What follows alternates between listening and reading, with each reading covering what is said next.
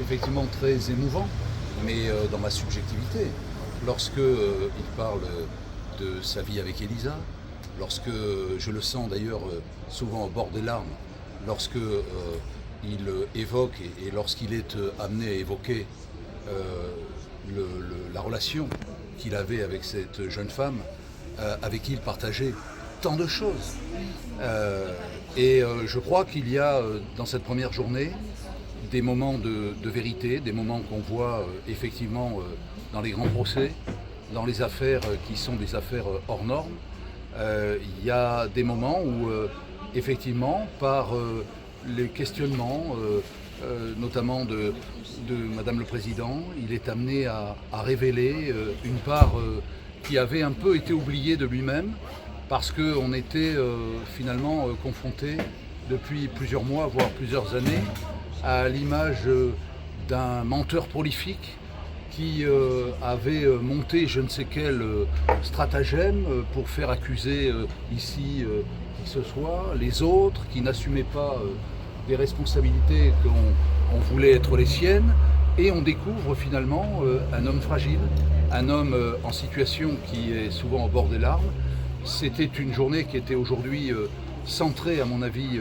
entre autres, mais sur la personnalité de cet homme.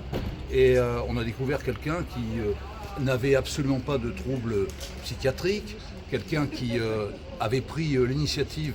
de se faire suivre pour essayer de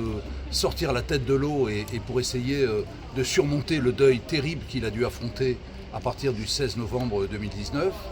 Non, il y avait une dimension humaine aujourd'hui appréciable. Maintenant, c'est un procès très difficile parce qu'il n'y a pas d'experts à interroger, parce qu'il va falloir revenir quand même sur les méthodes qui ont été employées par ces experts pour convaincre tout le monde, l'opinion également, de ce que ce chien était le seul impliqué. Il faudrait effectivement qu'on puisse avoir non pas seulement des portes fermées, mais des portes qui s'ouvrent pour la discussion et pour pouvoir effectivement élever le débat, élargir le débat à un certain nombre, si vous voulez, de mystères qui planent sur cette affaire et qui font que, sans avoir l'illusion qu'on trouve la vérité, parce qu'il y a eu tellement de choses pendant l'instruction qui n'ont pas été faites comme elles auraient dû l'être à mon avis, qu'on comprenne pourquoi on n'a pas fait systématiquement ce qu'il fallait pour s'approcher de la vérité, et on comprendrait mieux la difficulté aujourd'hui de ces débats pour arriver effectivement à faire en sorte que Christophe puisse trouver l'apaisement, un procès équitable, et que ce procès soit autre chose que la simple comptabilité ou la recherche de ses fautes à l'origine du drame qui s'est abattu sur la femme qu'il aimait et l'enfant qu'il espérait.